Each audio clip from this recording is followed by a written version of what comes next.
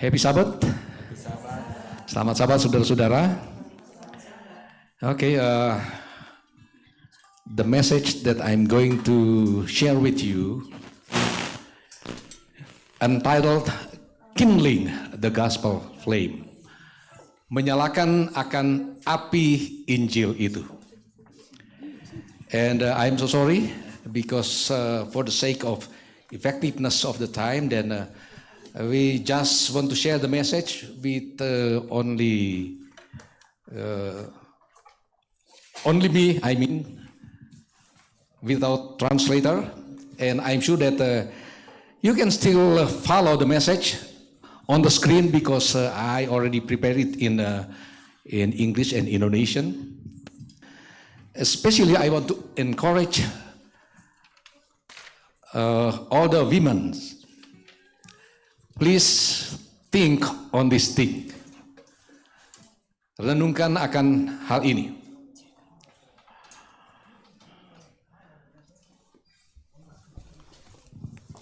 Thank you so much, my friend, elder, or brother Jeffrey Hongan, for reading the text. And our message today is based on this text. Matius 5 ayat 16, demikianlah hendaknya terangmu bercahaya di depan orang. I did not put the whole text on the screen. Later we will go to the whole part of the text. Kita akan bahas keseluruhan dari ayat ini. But at least in English, I took from the Amplified Bible. Let your light shine before men in such a way. Biarlah terangmu bercahaya di hadapan semua orang. Tolong perhatikan kata in such a way. Dengan cara seperti itu. Mengapa? Karena before in verse I think 13 or 15 disebutkan di sana. Okay, let me check.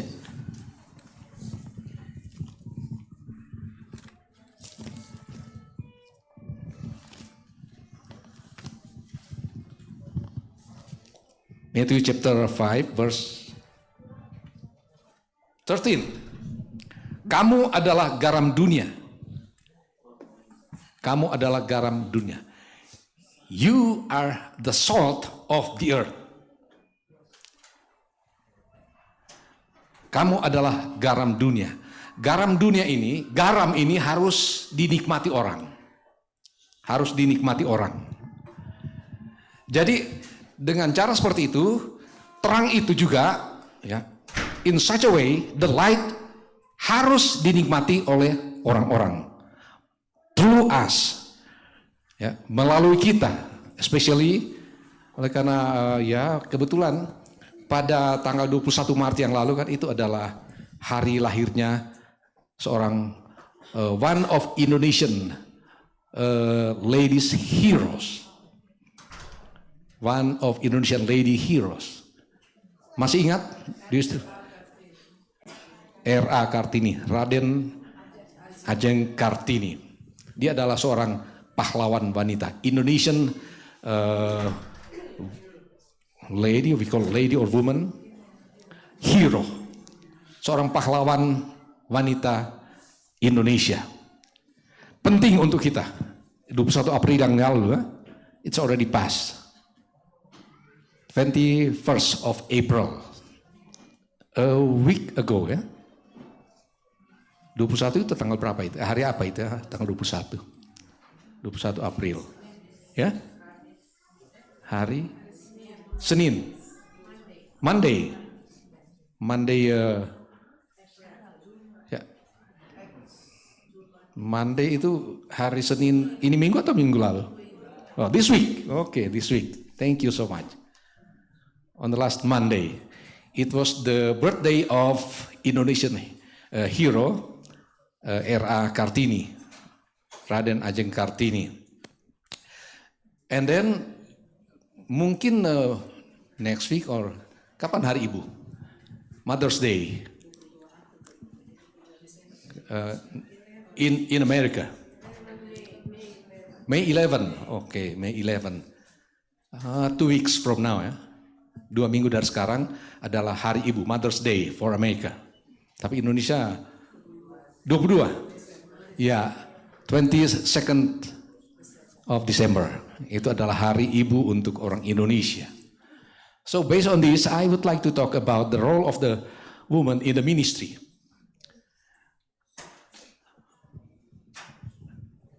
Can you see?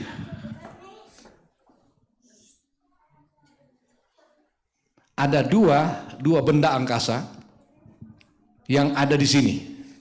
Can you mention dua benda angkasa ini? Apa ini?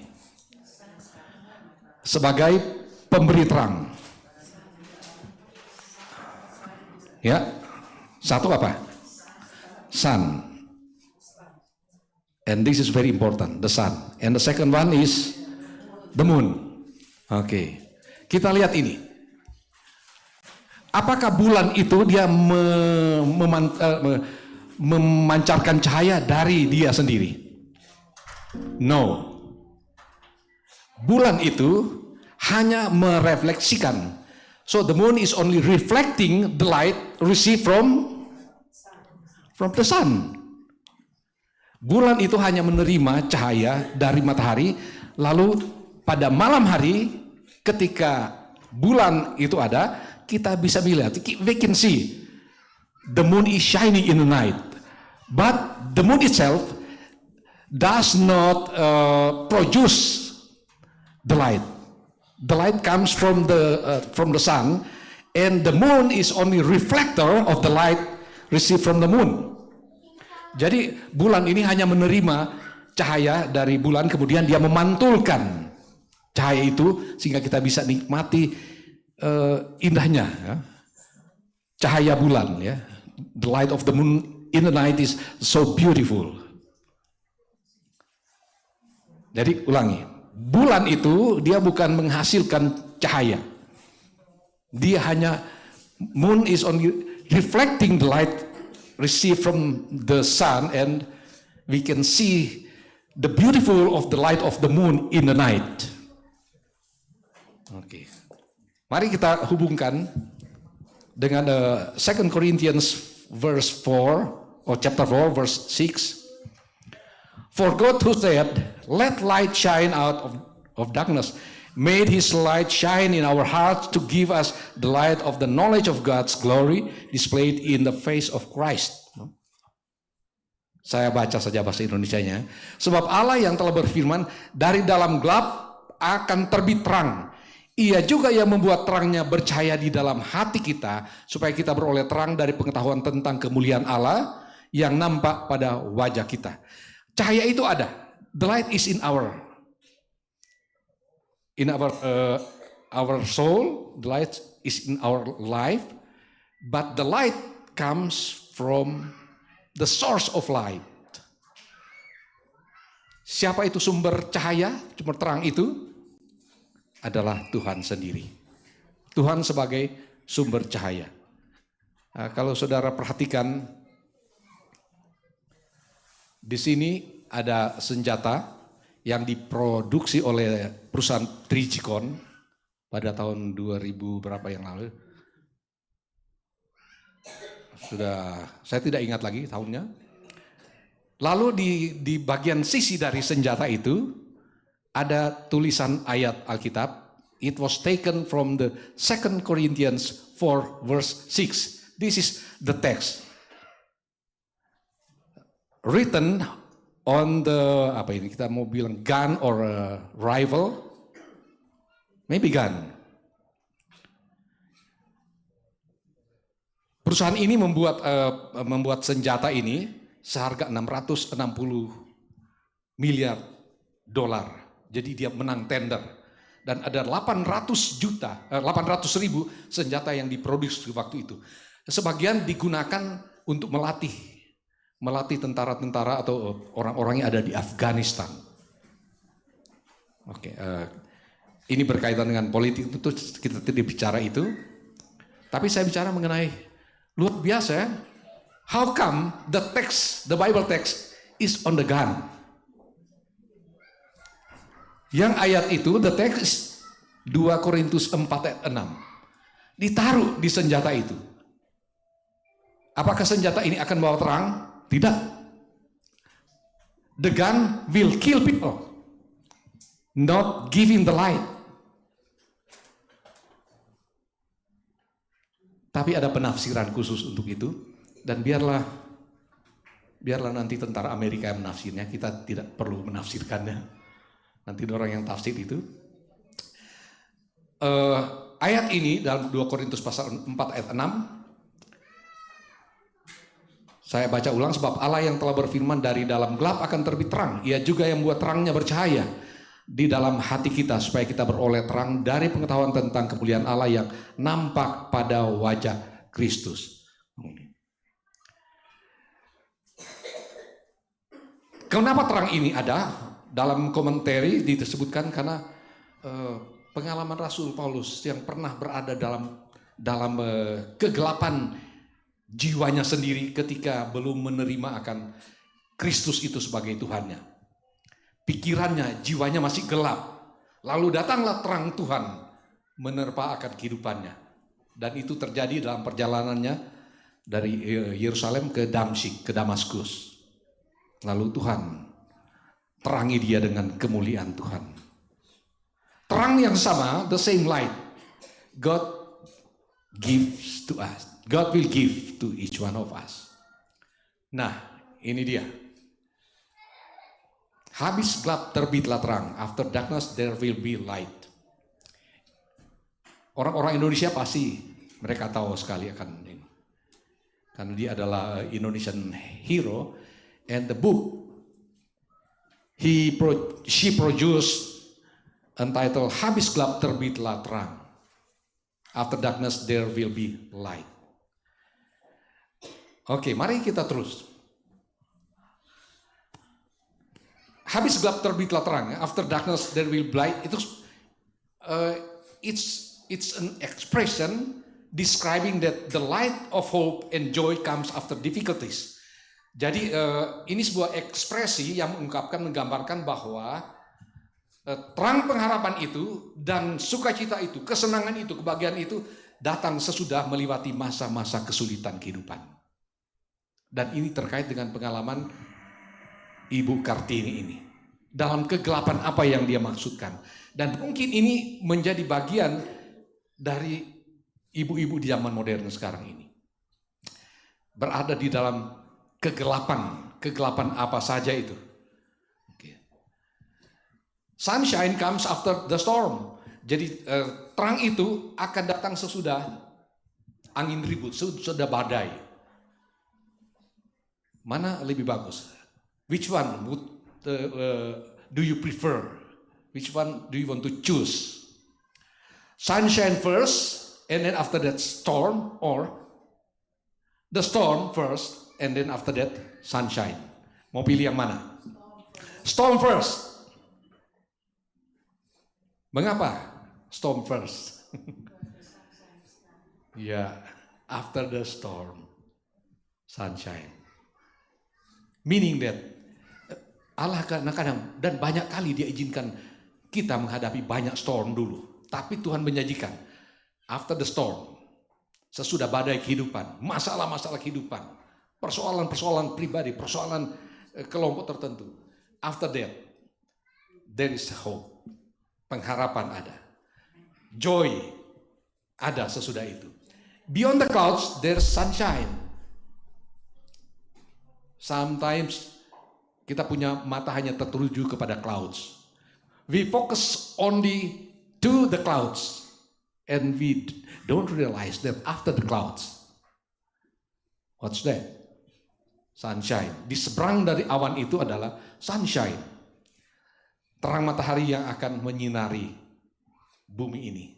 Tadi Ibu Wulur dalam acara personal ministry, she mentioned that the weather is very nice, so beautiful. Space ini very clear, blue sky we can see, luar biasa.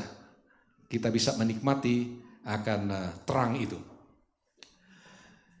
Nah, saudara-saudara, habis gelap terbitlah terang, sebenarnya ini adalah sebuah koleksi itu surat-surat dari era Kartini yang dia kirimkan kepada semua sahabat-sahabatnya yang ada di Belanda dan di beberapa negara Eropa.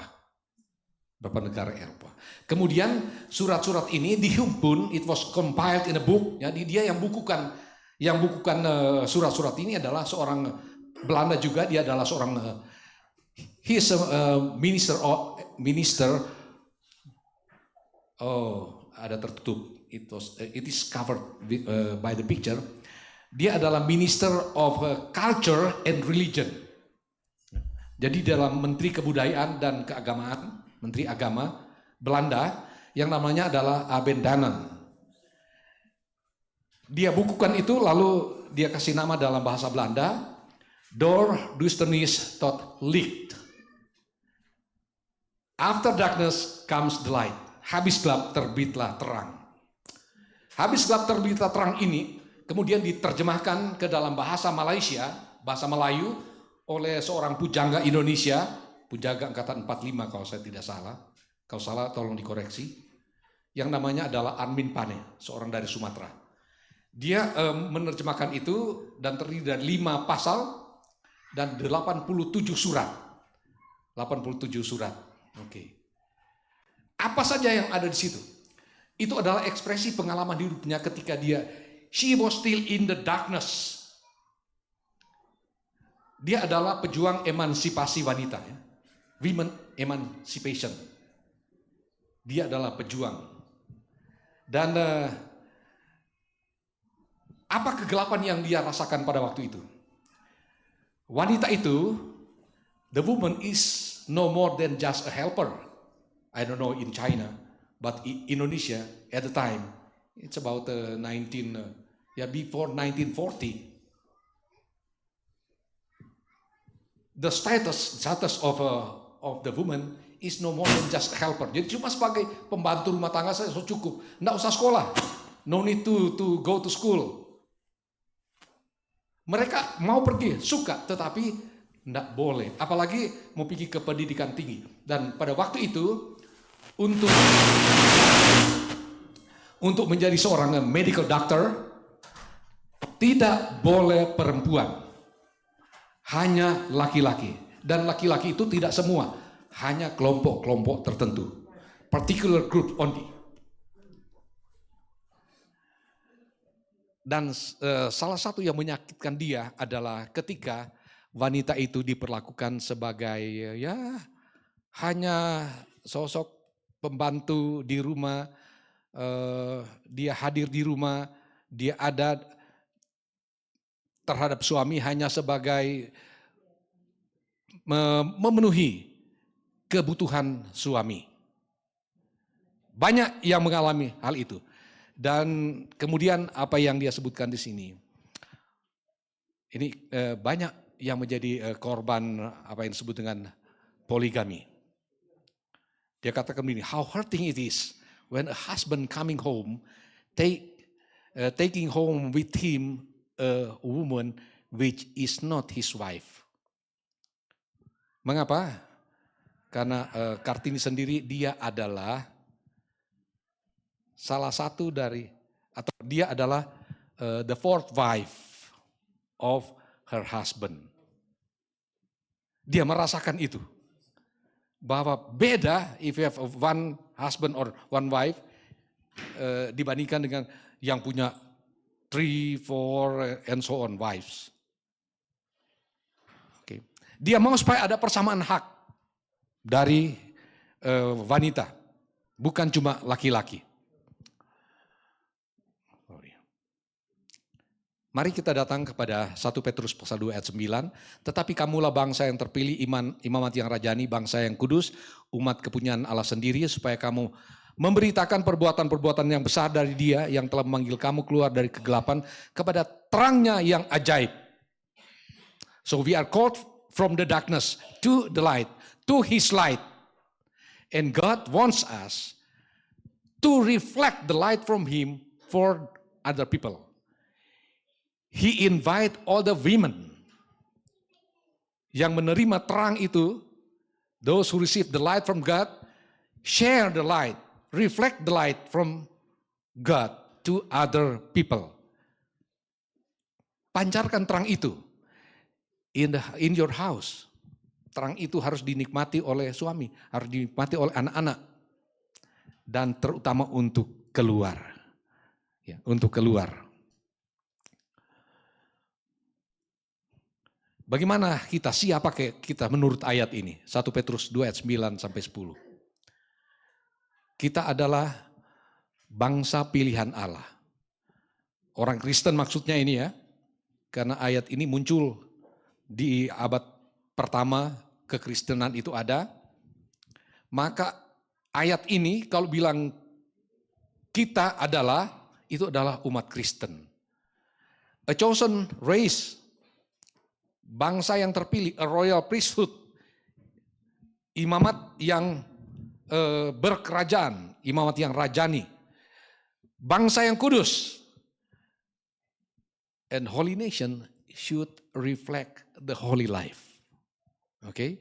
If you are talking in a context of the role of woman or women, means that we or you as woman, you have to reflect the holy life because you are chosen by God and you are holy before God. A people of God's own possession. Jadi kita ini adalah milik dari Allah. Milik Allah, kepunyaan Allah. Called of darkness to light. Dipanggil dari kegelapan kepada terangnya yang ajaib.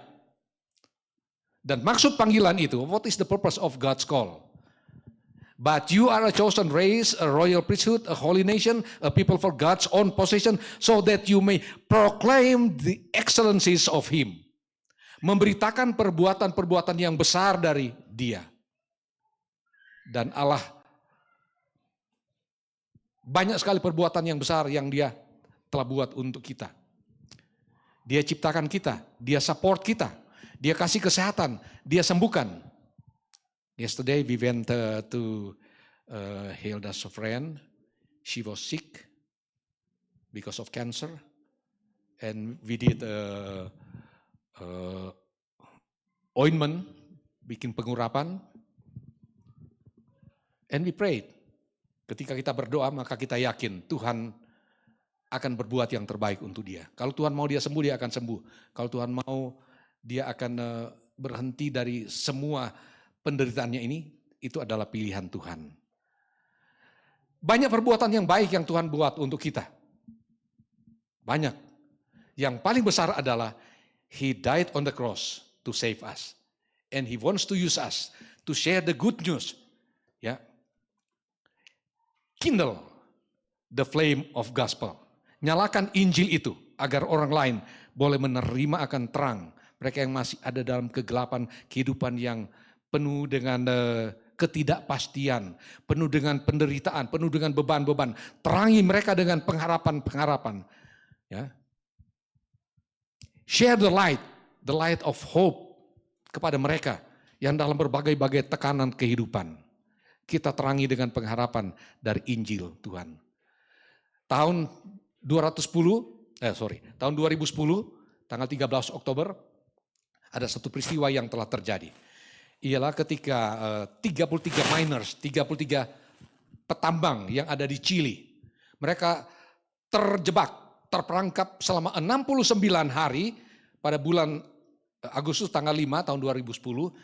Mereka terperangkap di 700 meter ke dalam perut bumi. Lalu apa inisiatif pemerintah untuk membawa mereka dari kegelapan di dasar sana, tidak punya pengharapan, ke atas. Diselamatkan ke atas dunia yang terang benderang. Ialah keterlibatan Presiden Chili, Sebastian Pinera. Dengan menggunakan kapsul, maka tanggal 13 Oktober yang dianggap dipercaya oleh orang-orang yang percaya mistik adalah tanggal sial, tapi itu adalah tanggal keberuntungan bagi 33 petambang yang terperangkap dalam kegelapan 700 meter di bawah permukaan bumi. 13 Oktober, all the miners were raised up to the surface of the earth. Dan Mario Gomez adalah yang tertua dari semua petambang itu.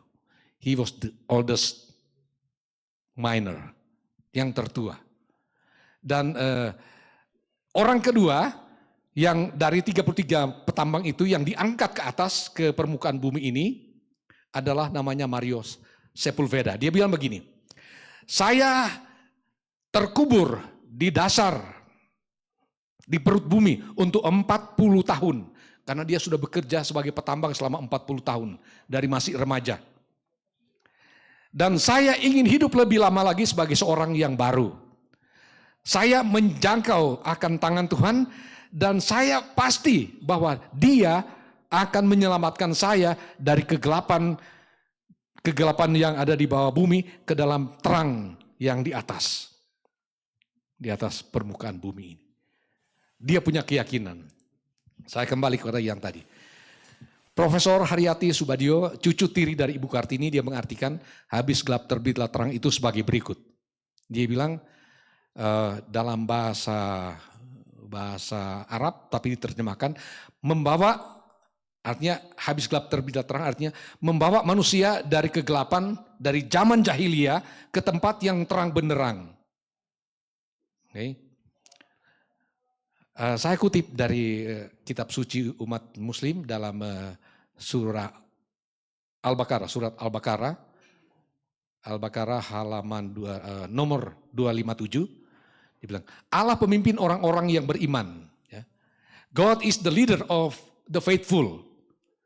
Dia mengeluarkan mereka dari kegelapan kepada cahaya. He took them out of the darkness to the light. Luar biasa Allah itu. Terakhir saya mau tunjukkan ini, video ini, bagian akhir dari pekabaran saya pada siang hari ini. Dan mudah-mudahan ini boleh menjadi pemotivasi untuk kita, apalagi ibu-ibu, untuk memikirkan peran mereka. Perhatikan akan video ini. Ada suara tapi kecil sekali, itu sebabnya saya bilang kepada Stephen, tidak perlu pakai kabel untuk ke audio. Yang paling penting adalah terperangkap dalam kegelapan di bawah sana. Tidak ada pengharapan untuk selamat. Ini orang-orang itu tadi itu, 33 yang petambang itu, 33 orang itu yang trap di bawah, terperangkap di bawah. Terpisah dari keluarga yang ada di terang di atas permukaan bumi.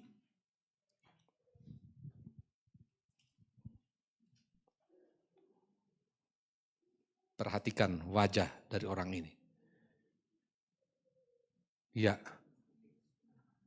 itu terpatri kekecewaan yang melintas di wajah dari ke-33 petambang tadi di Chili.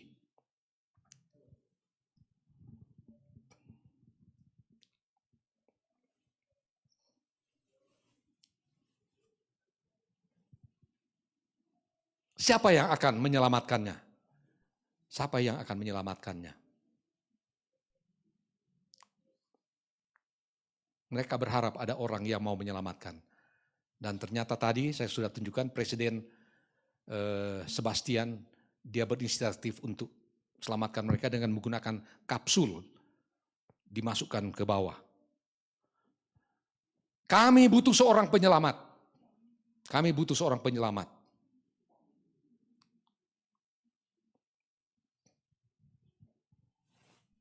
Perhatikan kapsul itu diturunkan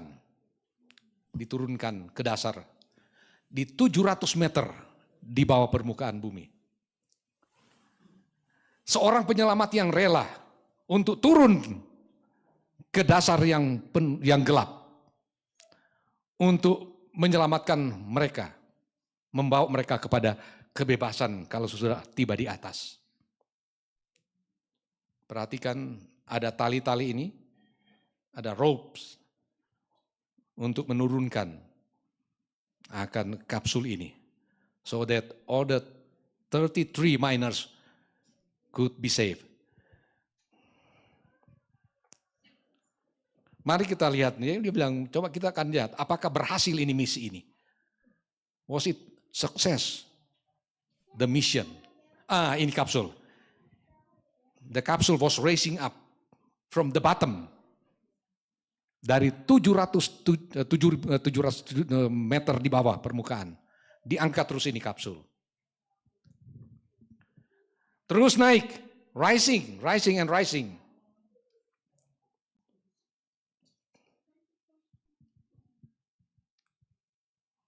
Suddenly, tiba-tiba apa? Light. Very successful. All the 33 men were saved. Lihat mereka akan keluar dari kapsul. Luar biasa ini. Nah, ini adalah istri dari petambang yang paling tua, Mario Gomez. Ketika ia keluar, perhatikan sukacita dari Mario Gomez. Ketika ia, ini dia, ketemu dengan istri. Yang sudah tidak ada, no hope anymore. But then, they finally be saved. Satu ayat yang kita akan renungkan dari ujung video ini. Kita sudah di ujung video ini dan perhatikan. What is the mission of heaven?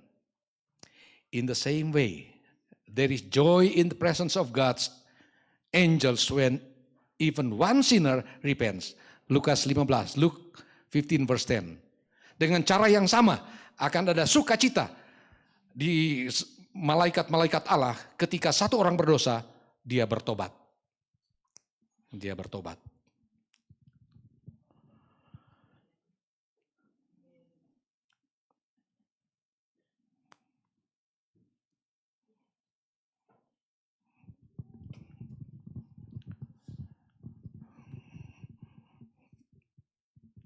Mari kita renungkan, what is the role of God's people? What is the role of Christian? What is the role of women? We are called by God from the darkness to the light. Kita telah dipanggil oleh Allah dari kegelapan dosa datang kepada terang. What God wants to us is kita harus menjadi reflektor terang itu yang kita miliki untuk keselamatan banyak orang yang masih ada dalam kegelapan dosa. Kita berdoa agar kita diberikan kuasa untuk digunakan oleh Allah sebagai reflektor cahayanya. Akhir kata saya, mari kita kindle the flame of the gospel. Nyalakan api Injil itu untuk menjadi berkat bagi banyak orang. Is my prayer. Amen.